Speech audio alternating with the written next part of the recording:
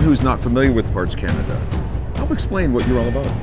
Well, I can say that nationally, we are the largest distributor of motorcycle aftermarket parts and apparel. So the gear, the helmets, the boots. Also globally with our parent company as Parts Unlimited.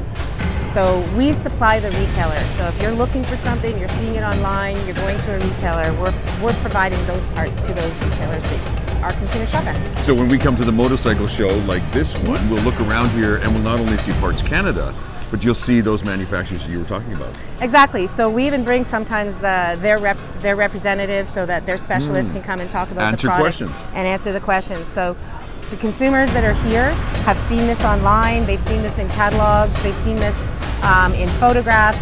Now they can come here and see the product, touch the product, try the product on even, if that's what they want to do.